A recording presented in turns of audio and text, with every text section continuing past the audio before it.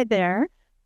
I'm Deborah Cohen. I'm a historian at the university, as well as the director of the Roberta Buffett Institute for Global Affairs. And it is really a pleasure to see you all here today. It is such an honor to have Laura Cooper with us. When historians come to tell the story of how Ukraine resisted the first few years of the full-scale Russian invasion, they will write about Laura Cooper. Then the Deputy Assistant Secretary of Defense for Russian, Ukrainian, and Eurasian Affairs, a position that she held from 2017 to 2025. That position, Cooper spearheaded American security assistance to Ukraine, ultimately delivering billions of dollars.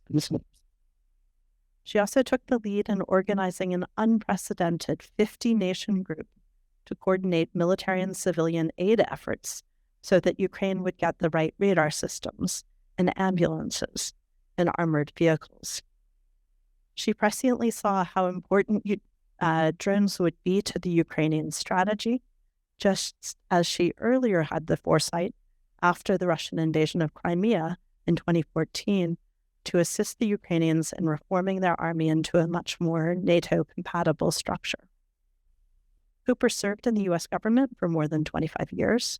She was a career member of the Senior Executive Service, as well as the Pentagon's top strategist on Russia. She served as the director of the Strategy Office, helping shape and guide the Department of Defense's 2010 Quadrennial Defense Review, which assessed strategic threats as well as force capabilities. Early in her career, she served as Afghanistan term chief with responsibility for stability and security after 9/11. In 2023, she was awarded the Samuel J. Heyman Service to American Medal, which is essentially the Federal Employee of the Year, a huge honor, as well as the Presidential Rank Distinguished Executive Award for her really exceptional service. We are especially proud to be able to claim her as our alumnus. Cooper will be joined in conversation today by another of our distinguished alumni, retired Ambassador Ian Kelly. Kelly served as our ambassador to Georgia from 2015 to 2018, as well as our ambassador to the Organization for Security and Cooperation in Europe from 2010 to 2013. Ambassador Kelly held a variety of top roles at the U.S. State Department, including serving as department spokesman under Secretary Hillary Clinton and as director of the Office of Russian Affairs. Before joining the State Department, he earned a PhD in Slavic languages and literatures from Columbia. Coming to the end of a long year, and I want to say this before we get started, I want to thank our entire team at Buffett, the comms team, May Malone, Mimi Sang, and our undergraduate intern, Mia Schmidt, for their extraordinary work in staging 100-plus events. The global collaboration team, especially Megan Ozorowski and Dr. Andrea Miku, for launching the Distinguished Visitor Program, of which Laura Cooper is a part this year. And I also want to recognize President Henry Beenan, who is with us here today. Among his many other contributions to the university, President Beenan has been a great friend to the Institute since its founding, and we're just immensely grateful to him. Thank you, Henry. So, I invite you to take the stage. Thank you very much, Deborah, and thank you all for coming, and welcome back to campus, Laura. It's really good to see you. Again, we met in Georgia in 2017. But your career as Deputy Assistant Secretary of Defense spanned two different administrations. And what's interesting, I think, is you were there at the beginning of the Trump administration and at the end of the Biden administration. And in 2017, the first the couple months, you briefed then Secretary of Defense Jim Mattis on what the proper role. This is better. Okay. What the proper role for the U.S. should be in the conflict in Ukraine, in Russia, and Ukraine. And I wonder if you could just tell us what you advised Secretary Mattis at that time, coming out of the Obama administration, what the first Trump administration could do. Is this working? Okay. Thanks so much, Ian. It is so great to be here with you. And I have to say, it is terrific to be here at Northwestern. I want to say to you, the gentleman wearing the blue and yellow, Slava Ukraine, it is terrific to be here talking about these topics. Taking me back to the beginning of the first Trump administration is fairly nostalgic for me, because I was this brand new Deputy Assistant Secretary of Defense. I was in an acting capacity because I was a civil servant, not a political appointee. And I had this chance to talk to Secretary Mattis very early in his administration, because he was going to consult with retired General Abizaid, who was a former close colleague of his, and was serving as our senior advisor on defense reform for Ukraine. So we had this opportunity to talk about Ukraine, and, I enthusiastically seized that opportunity. And I advised him that we needed to do more to support Ukraine, that we needed to be able to not just give non-lethal support and what was really a smattering of lethal support, sniper rifles and the like. We needed to be able to give them a capability that could actually deter Russia's invasion. And the one capability that the Ukrainians were most eager to have at the time, and that we strongly endorsed in my office, was the Javelin capability. It's the premier anti-armor weapon in the world. And I was very pleased, perhaps a little bit surprised, that I got a very positive reception. Secretary Mattis understood the need to preserve the sovereignty of Ukraine. He understood the need to deter further Russian aggression. And he did not have illusions about Russia as a threat. So, pretty early in the administration, we were able to secure support for Javelin for both Ukraine and for Georgia, which we also felt needed to have the capability to defend itself from Russian aggression. Well, I can attest that the Georgians were just over the moon when they got word that they were going to be able to buy these javelins as well. So let's move to a very dramatic time, the end of 2021, beginning of 2022, when there was this very dramatic and threatening buildup of forces along the Ukrainian border, stretching from Belarus all the way down to the Black Sea. So sort of walk us through that. Describe what the administration did. I mean, I, as a former career officer, was amazed that you were declassifying some very sensitive intelligence, for example, trying to convince Zelensky and the Europeans that the invasion was imminent. So walk us through that. And then, was there something else we should have done to try and stop this horrible, tragic war? Absolutely. Thank you. So going back to 2021, I think you actually have to go back to the spring timeframe, because as you may recall, Russia had built up forces next to Ukraine in the April timeframe. And, that was very early in the administration. So, I mean, you didn't even have political appointees in a lot of the important positions.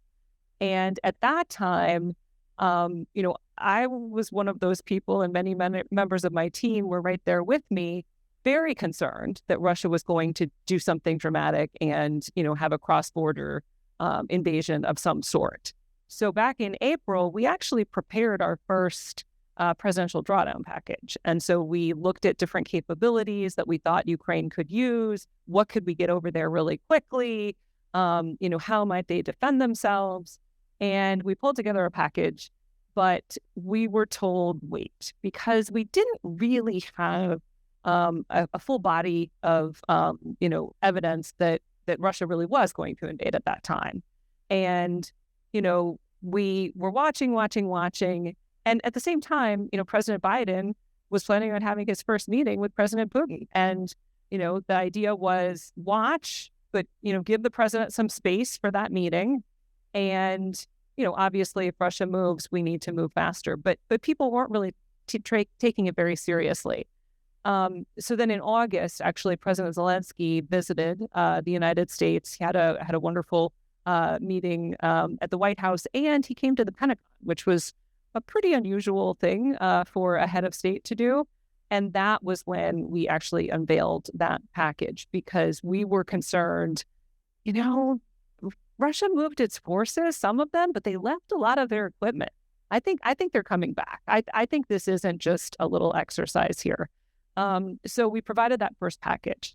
Then you get into October timeframe. Here things start looking different. Here we start to see more intelligence coming in that Russia is planning something quite significant. And I will tell you, the first things that we read just seemed so unbelievable.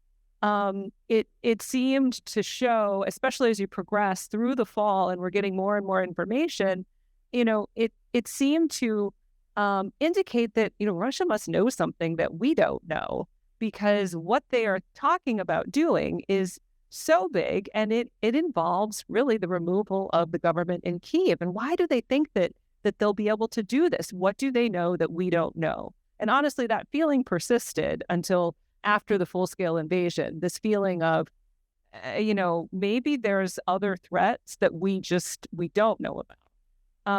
But we actually had the opportunity, Secretary Austin, the new Secretary of Defense, agreed quite readily when he took office that he would visit Ukraine. And so he had a terrific visit to Kyiv and to Tbilisi. This was before the threat was really clear, but it gave us a chance to lean into the relationship and to talk about what measures might be necessary.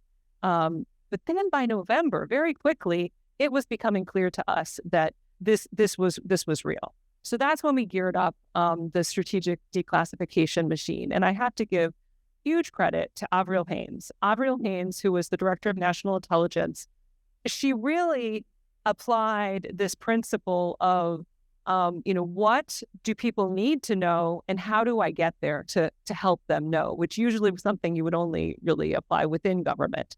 So, she moved the intelligence community very quickly to providing information. First, it was to allies. Well, first it was to Ukraine, and then it was to allies. And we had many, many consultations. So I did a lot of these from the Pentagon. I would bring in an ambassador from, a European country, actually other countries as well, but mostly European, bring in their defense attaché, and we'd get a map, we'd spread it out on the table, and my intel analyst would draw these arrows on the map. And he must have, drawn arrows on maps, 50 times.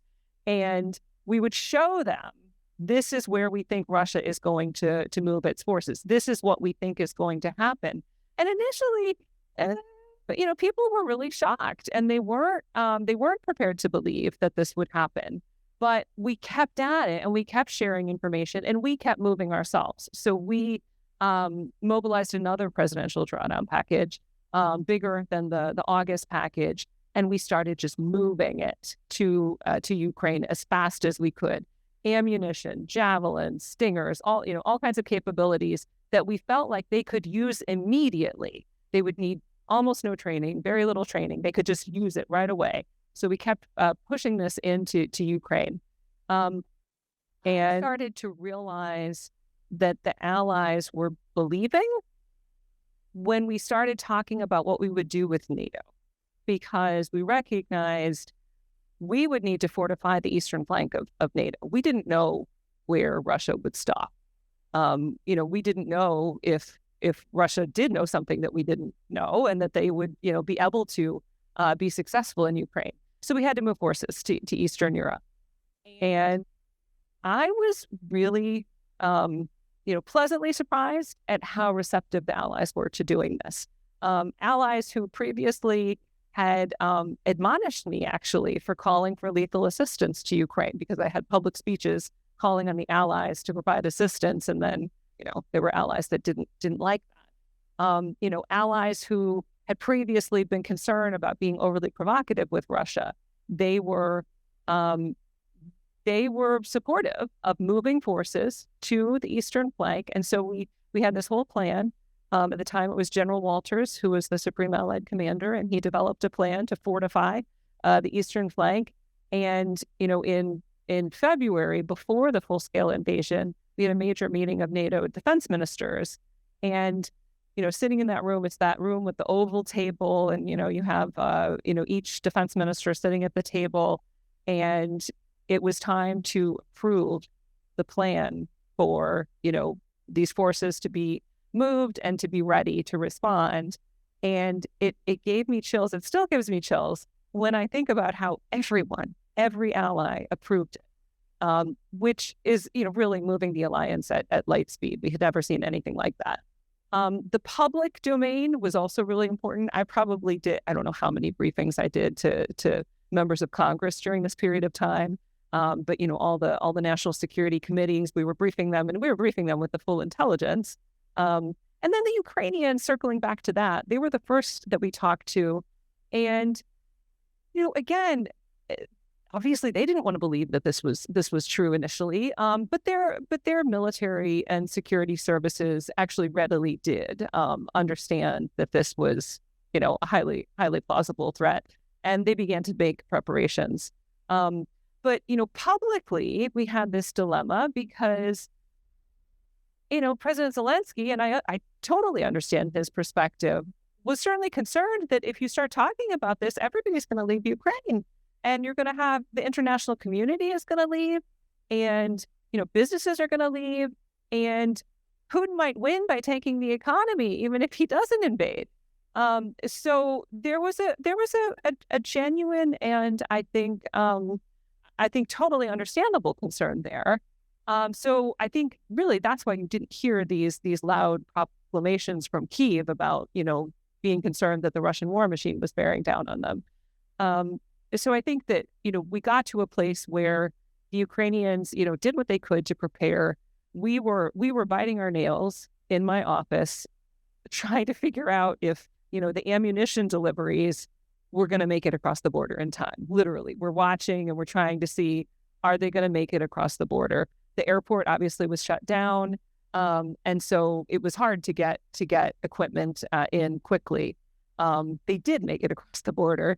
We just had no idea at the time just how much ammunition the Ukrainians would ultimately need.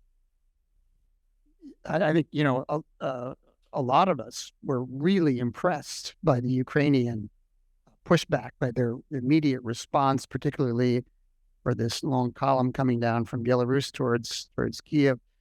What is your sense about what kind of information Putin had about this? I mean, there were a lot of indications, at least according to open reporting, that he thought it would be, if not a cakewalk, just a matter of just a few days or a few weeks that they would have Kyiv, they'd be installed new government.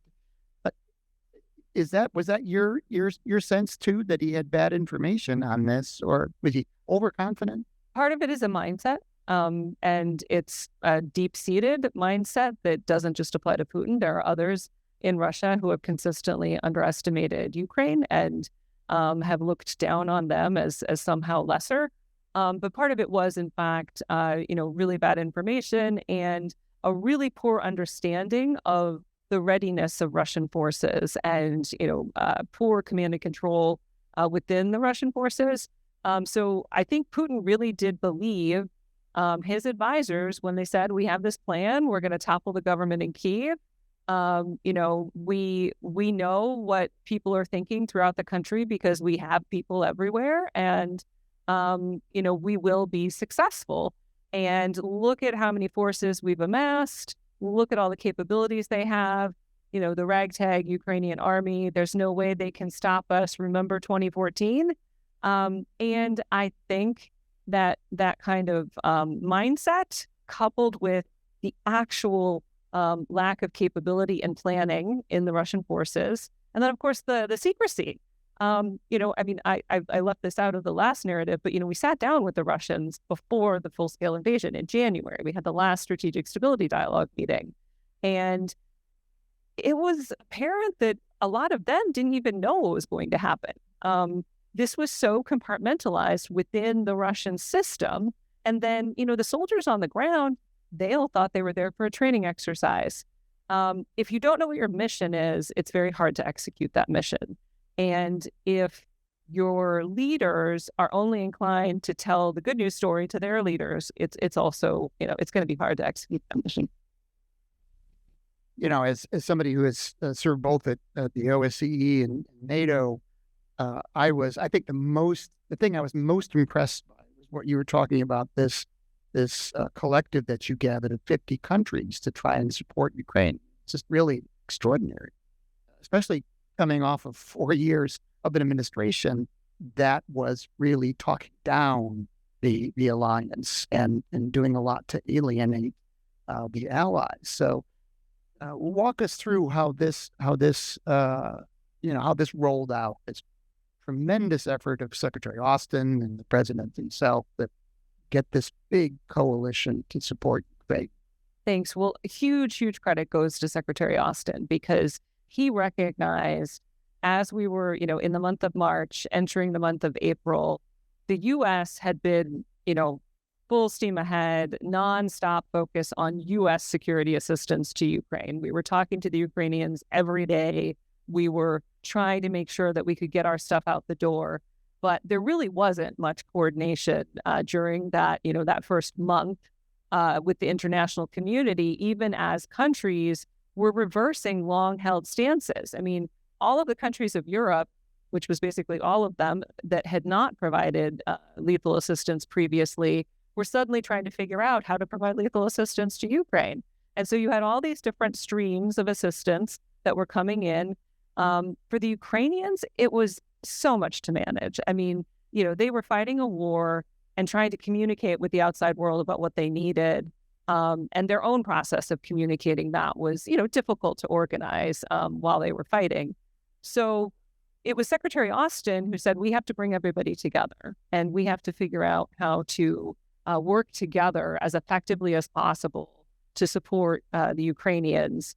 And, the way it played out was a little shocking for my team, my little team in the Pentagon, because we got a notice from the Secretary's Chief of Staff, by a quick meeting, Secretary, we're going to do this and we're going to do it next week. And we're like, wait, next week? Wait, how many countries? Well, you pick the guest list, but it's going to be it's going to be NATO, plus it's going to be other countries from around the world that either are supporting Ukraine or that we think would want to support Ukraine. So a week to organize a ministerial meeting with 50 countries. I mean, no one's ever done this. No one's ever done this. Look, I can attest to that. No one's ever done this. And I have to say, maybe it's why the Defense Department got the job, and not the State Department. Oh, no, anyway. So we moved into action, and we had the best protocol team in the U.S. government. The Secretary's protocol team was amazing, and I credit them with this meeting actually happening. They chose Ramstein Air Base to host it in Germany because it was a U.S. base, so we could, be the actual, the hosts and make sure that all the, logistics and everything were going to come out okay. But Germany was critical, obviously. It was a critical ally in all of this. So it was great that we could co-host with the Germans, and the Germans were, instantaneously in agreement on this.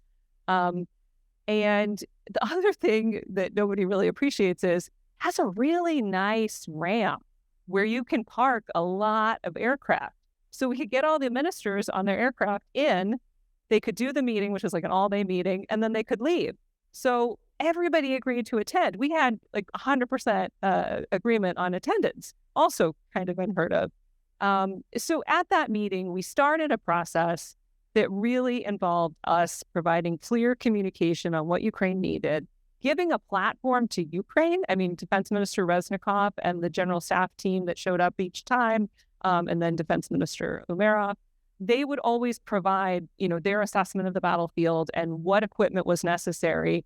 I would get up in front of the group every time, and I would kind of like translate into a streamlined, these are the most urgent things. And, I know that there are several allies here who have this capability in their stocks, and we'll talk to you afterwards about it. And, it was a credit to the allies that they did surge. And for them, this was highly unusual. Like I said, I mean, we had been doing security assistance for many years on a much smaller scale, but many of them hadn't really been doing this. Yeah, that first year was really extraordinary for Ukraine. Ukraine pushed out Russian forces from north of Kyiv all the way back into Belarus, and then around Kharkiv, which is one of the other big cities. So that first year was really great. Then there was the much touted offensive, summer of 23. Counteroffensive, right? Thank you for that prefix. And that, in many ways, was a turning point, and not to the good, unfortunately. And that was a time when they talked about an impasse, and that really kind of changed the mood in Congress and with the allies as well, but particularly in the United States, right before the campaign was going to get going.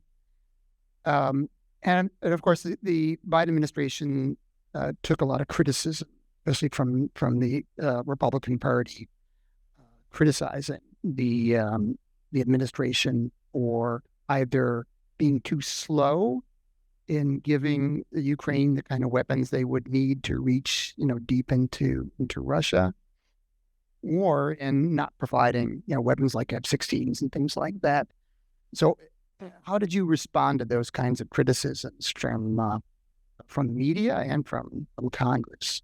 Yeah. So first, just on the counteroffensive itself, because this was one of the most challenging periods of time, I think, for me and for my team, because we so wanted Ukraine to be successful in taking back territory, and the minefields and the obstacles that the Ukrainian forces encountered as they tried to claw back territory were so extensive and unlike anything that any Western military has experienced, perhaps since World War II.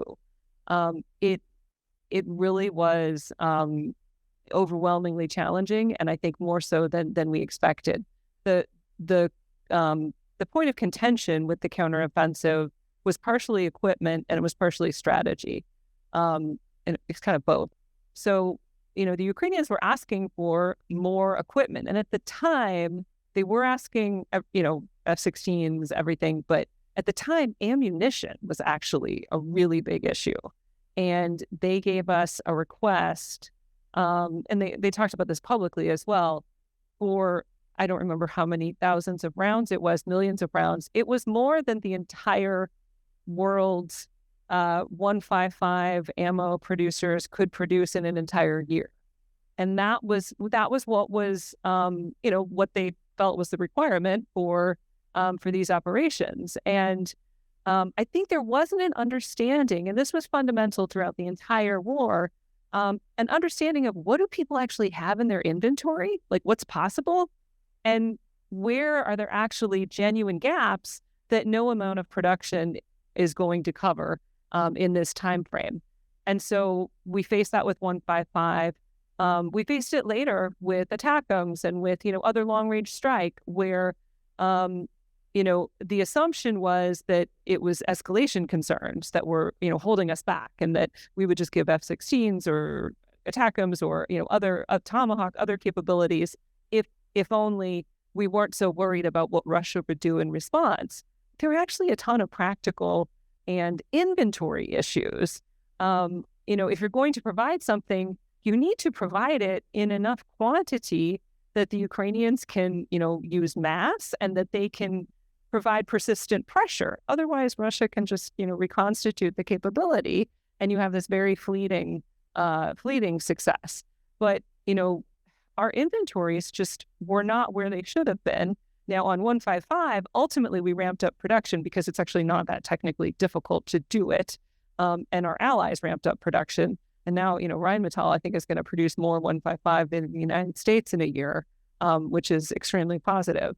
But, with these highly technical, sophisticated, precision strike capabilities, you can't ramp up production that quickly.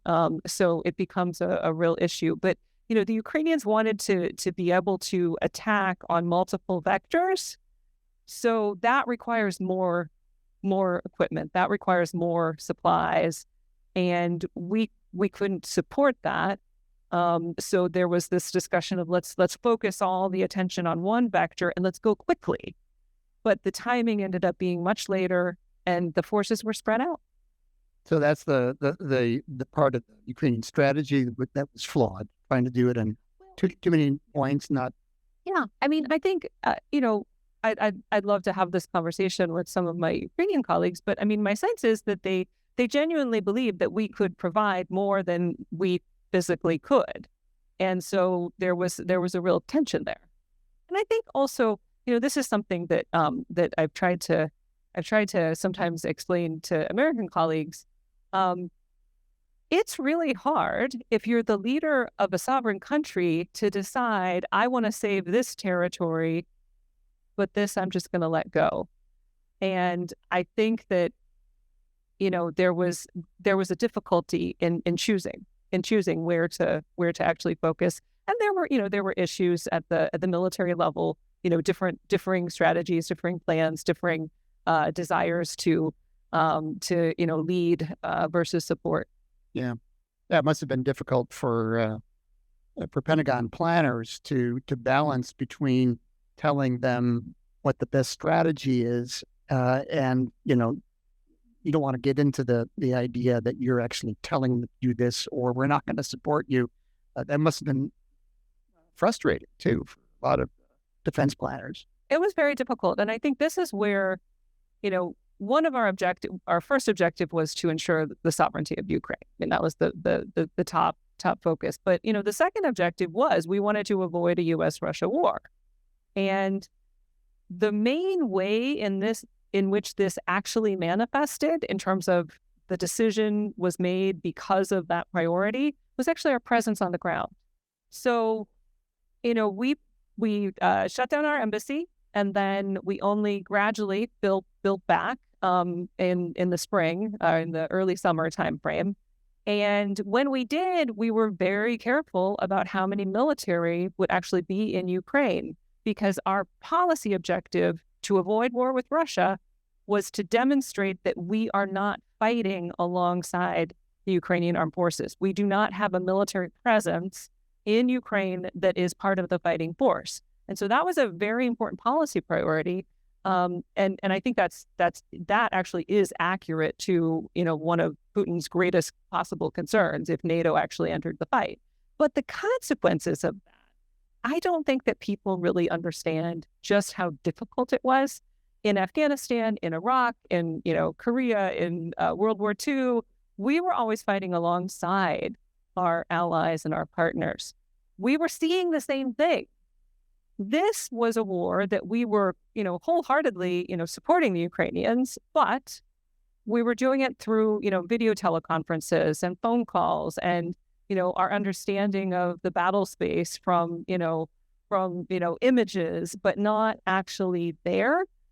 And it means that, all of those conversations that might have gotten to a level of granularity about, inventory or whatever the issue was, the counteroffensive strategy, that was from a distance. Now, we did host in Wiesbaden at the Security Assistance Group Ukraine. We hosted, military officers from Ukraine, and they came and they participated in kind of, discussions and strategy sessions. But I just think it's different if you're there. And I'm not saying it's an easy solution, but I think we have to recognize for future warfare, if we want to do this, support from a distance thing, we really have to build those partnerships well in advance. So, speaking of partnerships, we have a very different relationship now with Ukraine and with Russia. And the Trump administration has come in and reduced our aid to Ukraine by a sort of a whopping 99%. And we have asked the Europeans to backfill. How do you assess the Europeans' attempt to try and pick up where the U.S. is left off?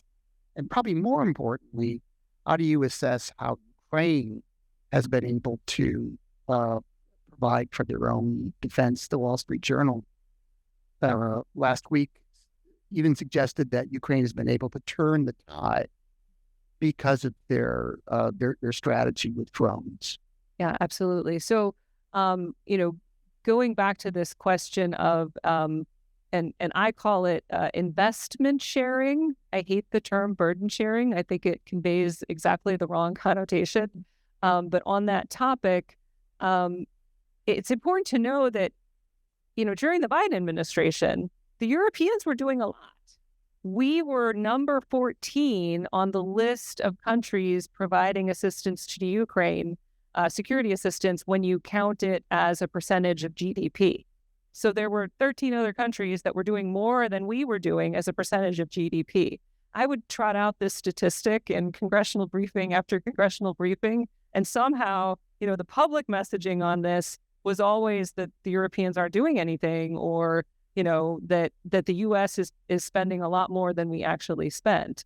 So I think that's a problem for our own country's understanding, because they were doing a lot before, and now they're just doing a spectacular amount, the Europeans, in terms of supporting Ukraine. They've revved up their defense industry.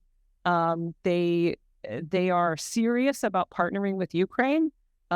You have a number of European defense firms that are entering into co-production arrangements with Ukrainian drone companies and other Ukrainian defense tech companies. The Europeans see strategically that their future is with Ukraine, and Ukraine's success will be their success. And they're investing accordingly. So it's quite impressive. I do think that the recent battlefield successes, we have to credit Ukraine. They haven't even started cashing the checks from the $90 billion euro loan that they are now receiving, now that Orban is gone and can't block it.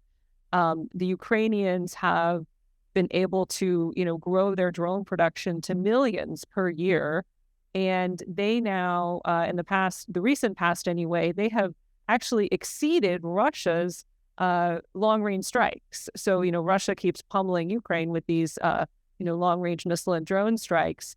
Ukraine has reached to the point where they have so much long-range capacity, technologically more advanced than NATO countries have, that they are able to actually strike more targets in Russia. So Ukraine deserves a lot of credit there.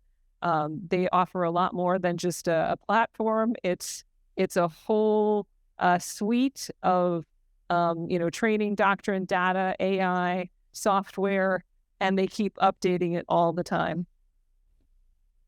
So we've talked about the past and the present. So now I want to talk about the future. And this will be my last question before we throw it open to the audience for Q&A. As everybody knows, top administration officials, including the president himself, really has called into question the whether or not it's in the U.S. interests to be spending so much on the defense of Europe, and perhaps more damaging, whether it's even in our interests to come to the aid of Europe. And this has been, I think, especially problematic in the wake of the president's threats to the sovereignty of a NATO ally, threatening to use, all the powers of the government to take over Greenland, sovereign territory of Denmark. And this episode in particular, I think, has been the wake-up call for Europe was, of course, the invasion. This is another wake-up call. That incident in particular, where Denmark felt they had to send troops to defend their airports. So European allies have just basically said that Trump has all but severed Europe, and they're on their own. So looking ahead, should and can a future administration restore this trust, this transatlantic trust? Is it possible, and how can it be done? How long would it take to restore this trust? That's an easy question. Well, that's a really easy question here for the end.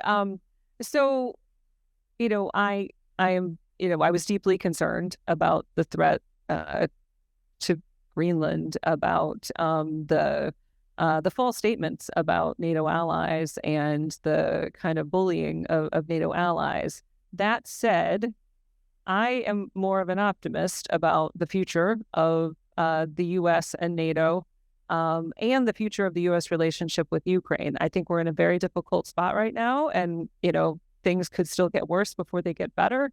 But I look to polling data of all things to understand, what do Americans believe about this issue set. And I know they don't usually vote on foreign policy issues, but if you look at polling data, even as leaders of the U.S. government in just about every administration have, extended olive branches to Russia, the American people have believed that Russia is a threat. And in, the recent Pew polling on this matter, only like 7% of Americans think that Russia is a partner.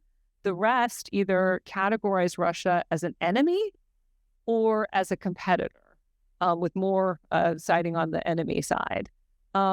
Americans don't want us to, make up with Russia and destroy NATO. There's also high level of support for NATO. This is also true on Capitol Hill. So I don't think that, all is lost. I think there are opportunities to, go back to our values and to invest in these relationships, but we can't go back to where it was before. I mean, this is where, this doesn't apply, but, if you look at the slogan, Build Back Better, remember that one from Biden, but, we'll have to build back better. And, and part of the better is actually all the investment in defense spending. It is good that Europe is investing a lot more in their defense, in NATO's defense. This is something that will be beneficial to U.S. national security. I think Americans will be more convinced about, the realities of investment sharing over time.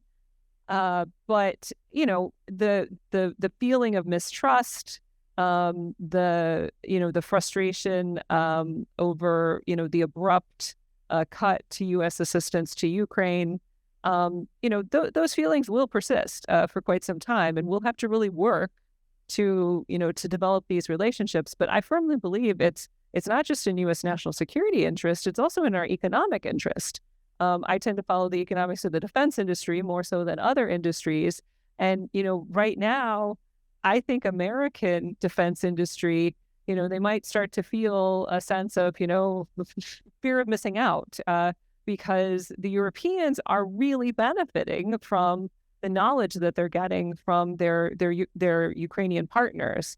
And I think it's to our advantage, for our military, for our technology development industry, for us to also cultivate those partnerships. And I think there's plenty of folks on Capitol Hill to recognize that, and plenty of Americans to recognize that.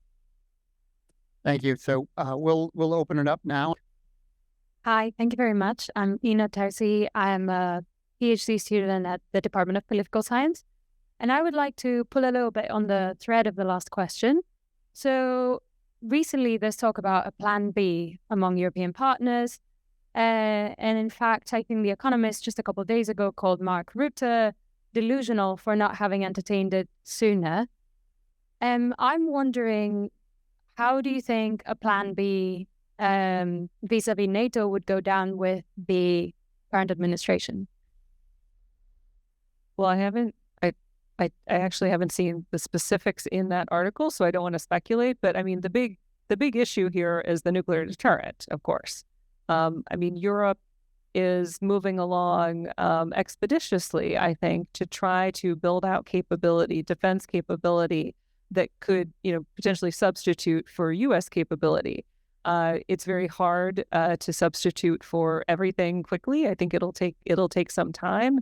But there are two things that are especially hard to substitute for, and that's the nuclear umbrella, and also its U.S. presence, posture, deterrence, and what the U.S. represents. It is not clear to me that, Putin will ever take European deterrence as seriously as he would take U.S. deterrence. And part of that is the nuclear umbrella. But there's also a difference in how Russia views the U.S. as an adversary. So I think there can be a lot of work to substitute for U.S. posture, maybe, but that doesn't substitute for the political connotation that the U.S. offers. I hope that's helpful. Thanks, Ambassador Kelly and Secretary Cooper. I appreciate your front row seat to the difficult and complexity from U.S. avoiding to be fighting Russia directly in the beginning, especially in the beginning in support of Ukraine. So do you think U.S. should continue that tendency? And considering that, what would you think the Taiwanese people would think of the U.S. support of the stability of the situation across Taiwan Strait with the U.S. quote-unquote strategic ambiguity? Why would Taiwanese people think of that, considering the U.S. past history of ever avoiding to fight Russia directly? Now it's China, kind of equivalent to Russia in terms of military conflict. So I believe that one of the most important audiences for U.S. policy on Ukraine is Xi Jinping and other authoritarian leaders around the world who may wish to, take over other countries or, change borders by force. And so this is still playing out. How the war in Ukraine ends could have a profound impact on how other leaders interpret the U.S., acquiescence or not to their regional or even global ambitions. We have always had that in mind as we looked at Ukraine. And, the goal, I think, of this, whatever the ceasefire and then, hopefully eventually a peace agreement should be, I think it should not be perceived as rewarding aggression. And you can imagine a lot of constructs in the potential peace agreement that would, reward Russia with territory that they gained by force, or would, restore Russia to the international economic, community, would, remove sanctions before Russia has, fully withdrawn forces. So I think we have to look not just at today, what we're doing today. I do think the U.S. should be providing assistance to Ukraine, and I do think the U.S. should have a strong posture in Europe. But we also have to look to this endgame question, because that will be interpreted in capitals around the world, and it will have consequences. Hello. I wanted to ask a little bit counterfactual and hindsight kind of a game, especially in light of the questions about China and Russia and what's happened in Gaza and Iran since. The word in the Persian language blogosphere is that even though China and Russia are supposedly allied with Iran, but they're very concerned about the asymmetrical warfare that Iran has played effectively against the U.S. and Israel, and that Ukraine and the Taiwans of this world are going to learn lessons from that on how the smaller power can find the greater power.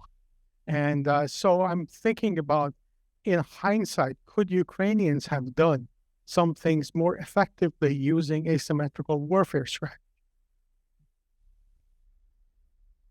So I look back on, what Ukraine did before the war, and it's very hard for me to find any kind of criticism in terms of, fundamental capabilities that they could have developed. I do think that the work that they did to try to make their force more NATO interoperable, to try to adopt a structure that empowered the lowest levels, the non-commissioned officer corps establishment, for instance, this actually gave them an asymmetric advantage against Russia. You could imagine scenarios where they would have thrown even more weight behind such reforms, but I think it's pretty impressive how they realized those, first couple of weeks, first couple of months of military operations, how they realized their NATO training. So I'm not inclined to critique too much there. I think that there's a whole host of asymmetric capabilities that we're not necessarily seeing play out in Iran, much less in Ukraine and Russia for that matter. That might in fact be playing out. And I don't necessarily see the Iran challenge as one. I mean, I'm not an Iran expert, so you probably know more about this than I do. But I don't see the Iran challenge as one where Iran is resisting through specific asymmetric capabilities. I think this is a test of wills. And I think, before, in the early days of Russia's invasion of Ukraine, a lot of people underestimated Ukraine's will to resist. And they proved everybody wrong. And I think you have a situation in Iran where a lot of people underestimated the will of that regime to hold on to power and to exercise their coercive instruments of power to be able to resist. And it wasn't really a matter of, masterful warfare or technology for that matter. But again, you might have more insight on the Iran one. My name is Johan Gamborg. I'm a researcher at the Institute of National Security Studies at the Tel Aviv University. I would like you to try to present some scenarios of escalation versus de-escalation and their probabilities. On the one hand, we see threats coming from Moscow about Armenia just a couple of days ago. We see drones flying to Latvia, and we see the nuclear exercises being organized by Russia and Belarus yesterday. And on the other hand, we see that this war of attrition is difficult for Russia, maybe even more than for Ukraine. We see how much problems they had on the May 9th with organizing the parade on the Red Square. So what do you think about escalation versus escalation and the probability you would give to those scenarios? Thank you. So, not sitting in the Pentagon anymore, I have a lot less information about this than I would have had previously. And I can say that, as a general rule, we always listen to what Moscow is saying. We listen to what threats they're making, and you have to actually, take those in and track them over time and, compare them to previous statements. But that doesn't mean that we take them at face value.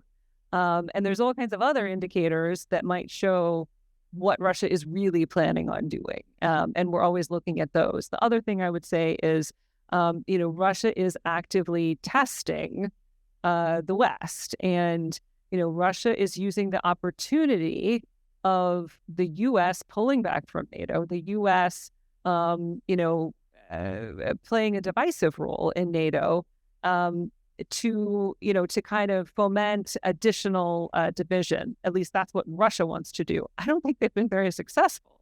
I actually see Europe standing fairly strong. I think they lack some of the capabilities they need for the drone incursions. But they're building a wall of drones and they're working with the Ukrainians. So I feel like they will be in better shape to counter some of these threats. But Russia is definitely trying to create distractions, trying to create division, so that they can just keep plugging away, even though, they're up to, I think it's 35,000 casualties per month. So they're really, they're doing very, very poorly on the battlefield. They're losing territory, not gaining. And so they're probably going to want to distract from that even more. Hi, just wanted to ask you about, did you notice at the beginning of the conflict any issues with corruption within the Ukrainian system or the Russian system, as far as the funds were concerned and whatever the United States was helping or other Europeans were helping out with? And my second question is that, what is your prediction for the future? Do you think Ukraine is going to be able to take the territory that they lost back? or what do you think will happen? Okay, wow, those are like very big questions. So on the corruption front, there is corruption within Ukraine. There's a recent major scandal that resulted in Zelensky's chief of staff essentially being fired, and other prominent figures in the government. So this is something that's an issue. The thing that I would say though about Ukraine is their system is kind of working at catching it. They have an incredibly vigorous civil society, and they have anti-corruption institutions that investigate independently, these corruption allegations. When President Zelensky tried to shut down the anti-corruption institutions in the middle of the war, people came out in protest. I mean, you had another Maidan in the making, it appeared, based on how vigorous popular opposition was to that. And so, this is a democratic country, and the people do have a voice. And these institutions, these anti-corruption institutions, are doing good work. It's going to be something they're going to have to keep at. For U.S. security assistance, I never had any issues. We don't provide cash; we provide capability, and there's not really a black market for an Abrams, an Abrams tank. It's not an issue. All of the ammunition, all of the weapons. It is very clear to me that in addition to the fact that we have end use monitoring and controls, the people in Ukraine are determined that this will be used for the appropriate purpose, which is killing Russians. So I'm not worried about that, right now. And again, that we don't provide cash. So I think, any of these like stories that you hear about like corruption based on, security assistance support, it doesn't even make sense, because of how the mechanics actually work. Russia, on the other hand, gosh, you don't hear many stories about corruption in Russia. I wonder why that is. It's everywhere. It's rife. Anytime Putin wants to get rid of somebody, he can just have them accused of corruption because they're all corrupt. Up and down the military chain of command. I mean, you have military commanders who extort their own people in order to line their pockets. It is beyond egregious. It's unfathomable. Now, I think you also asked, like, how does the war end, which is a really big question. I do see Ukraine being able to eke out certain, territorial advantages and, take additional territory, as long as Russia is unable to do a more of a mass mobilization, which Putin has not wanted to do. The fact that right now Russian losses, cannot be made up for by the recruitment rate, the mobilization rate, gives Ukraine an advantage. But, I'm not predicting any dramatic, change of territory, any dramatic counteroffensive that can, go back to the 1991 borders. I do think that there will need to be some kind of a really hard negotiation. And sadly, I don't think Putin's ready for that. I appreciate you guys coming in and talking about this. So things have actually changed in the past several weeks. Was it about a week ago, we had a speaker, a journalist from Russia, and she said how she presented it was that the Russians are pretty fatalistic and sort of ambivalent about what's happening because they're not getting much news. And I mean, this has been going on for so long. And we have a president who believes Putin is his friend. And I'm wondering now, with what we've caused in Iran and our energy situation, if this will dramatically change things now for everybody and people will become more engaged and ask more questions. And also, do you have any idea, is there anybody in our Congress that has any sense at all about what's happening? Do they even know where Ukraine is? Okay, I'll take the last one first, because I actually think it's easy. I mean, I've spent a lot of my career briefing members of Congress on, a variety of issues, but, in the past 8 years on Russia and Ukraine. And there are many highly informed members of Congress who really do care about this issue set. If they happen to be in the Republican Party, they have been deferring to President Trump's views quite a bit. And that's kind of the situation we find ourselves in. But I actually think there's a lot of knowledge. I think there's a lot of willful looking the other way when it comes to the record of allies.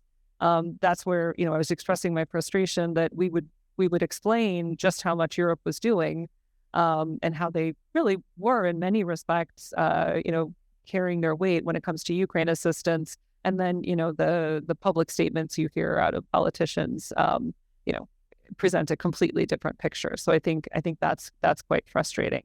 In terms of the information environment in Russia, I think this is a topic of big debate, because there is this huge clampdown in information. I totally agree that there's this like underlying apathy among those who stayed in Russia, those who did not choose to leave in the early phases of the war. But I think, there will be a point at which the pressure is so obvious and so great that more people across a broader swath of Russia will really, wonder, can't we just end this war? Like, how do we do this? And they don't have much agency, but it doesn't mean that they can't affect Kremlin thinking. So I will look forward to seeing the results of Ukraine's long-range strike campaign to see what kind of an impact it has. Hi, my name is Mira. I'm from Ukraine. I met you yesterday. Thank you so much for talking yesterday and today. I had asked you 2 questions yesterday, but I'm more interested in, I'm really amazed by, resilience of Ukrainians and how during the war Ukrainians rebuild it. For example, there's one organization that was involved in which rebuilds schools and education system. And it doesn't matter how many missiles fly over Ukraine, they still do it. And I'm really amazed by it. And they were really funded, a lot of things were funded by USAID. And when it was shut down in 2025, a lot of support was cut.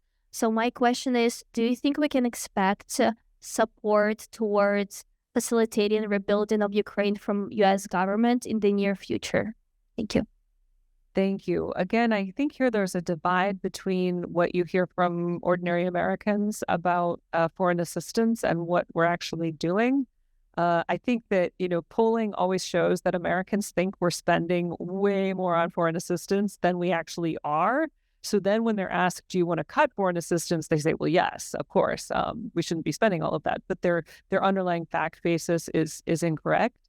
I think the same is true for support for Ukraine-related, reconstruction, et cetera. So I think there is an opportunity for information. This is an area, though, where the Europeans have been very strong, and they continue to be very strong. They were outspending us on support for Ukraine's economy before the war and during the war. So during the war, we were spending relatively more on security.